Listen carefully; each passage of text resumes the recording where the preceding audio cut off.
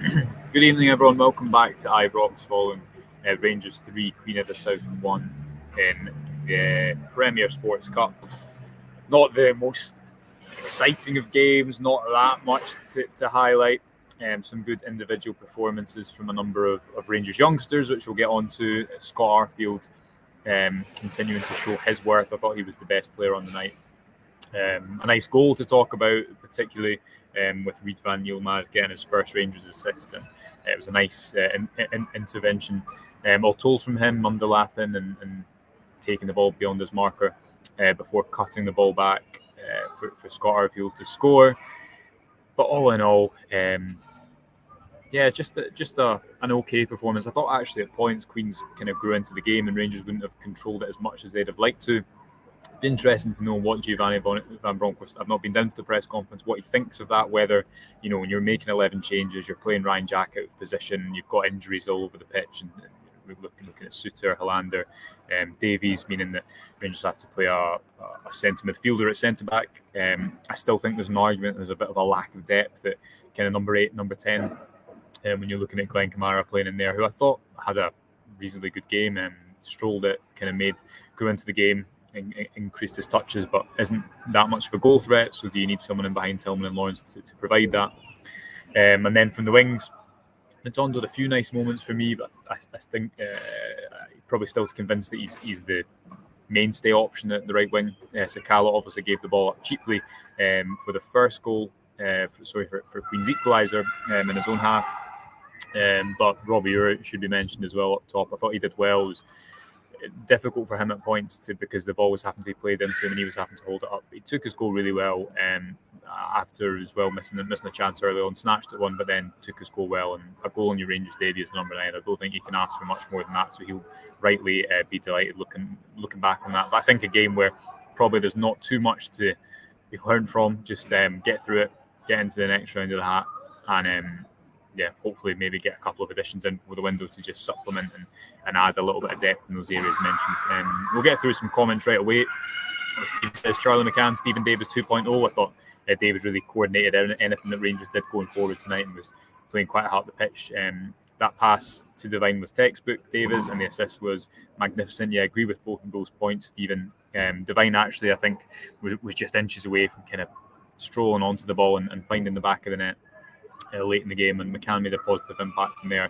Definitely an argument that he should maybe see a little bit more football, and that's what you need to do. If you're in Charlie McCann's position where first team football isn't a given, because you've got a lot of midfielders ahead of you, when you, I guess, come on, you have to make an impact, and I thought he did that and did that really well tonight. So he'll, I'm sure, be impressed with his camera. Ian gets in touch to say, if anything, this game highlighted the need for a couple of players ahead of the transfer deadline.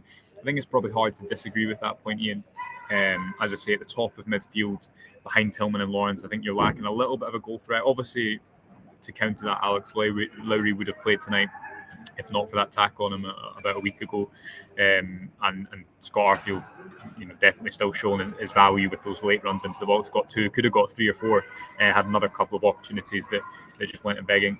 But yeah, there's definitely needs for perhaps a player there. I think maybe as well, who knows if Rangers are going to go and spend serious money on a first team regular. But I do still think that is Matondo going to be the right wing option? It remains to be seen. We obviously didn't see him off the left tonight. We saw Sakala there. But I agree that, as you say, in the game probably highlighted the need for a little bit more coming into the club before the end of the transfer window. More positivity from Jennifer, of course, being positive after lots of youngsters making their debut, a couple coming off the bench as well.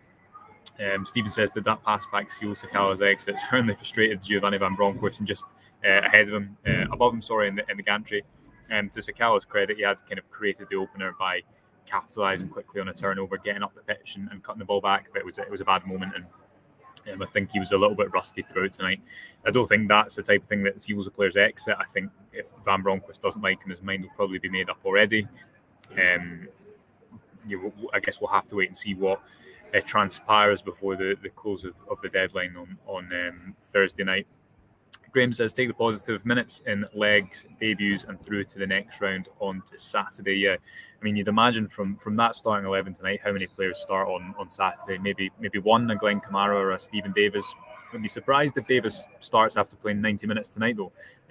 But it was a second string 11 for Rangers. Also thought Adam Devine did well, a couple of really nice underlaps in the first half. And that was probably the key takeaway if you wanted to see what Rangers are trying to do today. Yilmaz obviously moving inside of Sakala instead of going round him as Barisic would often do for Kent, and getting that nice assist. And Devine as well did that, coming inside of on the inside side of Matondo a couple of times, and getting some cutbacks into the penalty box. Also hit the keeper with one just before half-time. But as Graham says, take the positives in minutes and legs, debuts, and through to the next round, obviously the third round of the Premier Cup. Margaret saying very proud of the young players that played tonight. Yeah, I thought a lot of them did very well, Margaret. Whether that be from the start or from the bench. Obviously, players like Charlie McCann have played before. Zach Lovelace hasn't. He came off the bench.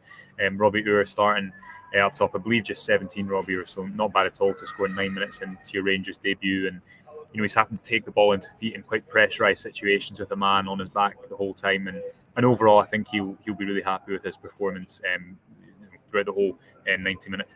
George says, why did it take so long to put McCann on? I was speaking to someone after the game, and they were saying, maybe in hindsight, you start Charlie McCann in a game like that. But equally, you can't leave a Stephen Davis or a Glenn Kamara on the bench for as one of the midfielders for a game when they've not played at the weekend. So I guess that maybe speaks a little bit to the fact that Rangers still have maybe one too many players that are Craig puts it well in a piece today for me, behind the ball midfielders, as opposed to a Tillman or a Lawrence type who's going to go beyond, who is a goal threat. McCann, though, I think he can do that. I think he can play a bit higher up the pitch, and you've seen that for his assist for Arfield. A really nice touch, kind of puts it on a plate for him. Also that pass in behind. So his cameo performance has to be a real positive for Rangers tonight. Scott says, chuff for Ur, a goal on your debut at Ibrox. Doesn't get much better than that, Scott, does it? I think if you'd offered Robbie Ure that before the game, he'd have definitely taken it. And as I say, there was other parts of his game that I thought were impressive as well. He also had a shot just taken off his toes after Matondo had cut inside after the break. Can't remember which Queen's defender it was, but that could well have been a second for him. I'm sure he will be pleased for with his overall performance.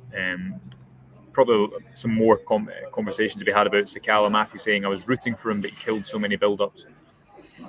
Yeah, I think it's probably there's not too much news to learn about Sakala. I think he can be really effective when he's running at the defences, but he's a little bit raw at points, maybe a bit unpolished, and he did obviously give the ball away cheaply deep in the pitch, and then probably an area of the pitch where he's not that comfortable to level the game. And Queen's also, they grew into it at different points. At 2-1, they flashed across the face of goal that looked to have maybe caused Rangers some issues. Adam Devine had to put it over the bar. They had a free kick that McGregor held well at the back post when the game was at 1-1. So Rangers didn't have it all their own way. But again, with a youthful side on the pitch, players out of position will be happy to have got the job done. Lee says, I'd start Davis on Saturday. Yeah, it's not. I think it's a lot of people would, Lee. That's what I'm trying to say. I think a lot of people would. If I saw Stephen Davis' name on the team sheet on Saturday, I'd be more pleased than disappointed. It's not that at all. But the fact that he's played 90 minutes tonight and hasn't really played in these games under Van Bronckhorst, Old Firm games, I don't think he started in Old Firm under Van Bronckhorst. Maybe it suggests he won't play. I tend to think it'll be the same team that played away against PSV last Wednesday, with Lundstrom and Kamara at the base of midfield, Tillman and Lawrence kind of playing at the top of it, with Tavernier going high, and Kent on the other side. But we'll wait and see on Saturday at 12 o'clock. Obviously, we'll have all the kind of build up to that. Head over to the Rangers Review website. As you can see at the bottom, £2 for 2 months at the moment. And like and subscribe on YouTube if you've not done already. We'll just get through some more of these comments before I head down to the press conference. Ian saying Matondo cannot cross. There, I thought he actually had a few that did find the target.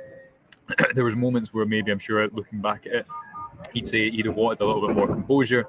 But there was a couple of cutbacks. One to Arfield in the first half, where he probably should have done better. that's hopefully something that Rangers will be able to develop in him. You can see there's obvious qualities in Matondo's game, his pace and his 1v1 ability, how agile he is.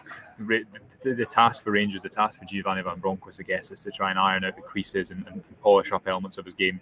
Because he's still young, he's still only 21. I know he's been around for quite a while, and maybe that puts a bit of an age on him. But in Belgium last season, I think you saw what he could do from the left-hand side. I was very much of the belief that when he came into Rangers, I thought he perhaps could be the right wing option.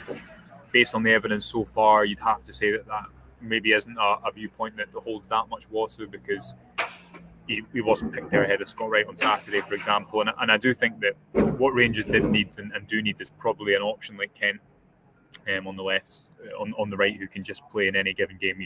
Kent, you're going to start him whether you're playing in a league game at home or whether you're away in Europe, wherever you play, and he can do so many different things. I think probably the opposite point to that is that Rangers sometimes only play with one wide player on each side, and James Tavernier sometimes fulfills that role. He's not a winger, I know, but he often plays high in that facility. It's like a Tillman or a Lawrence coming inside.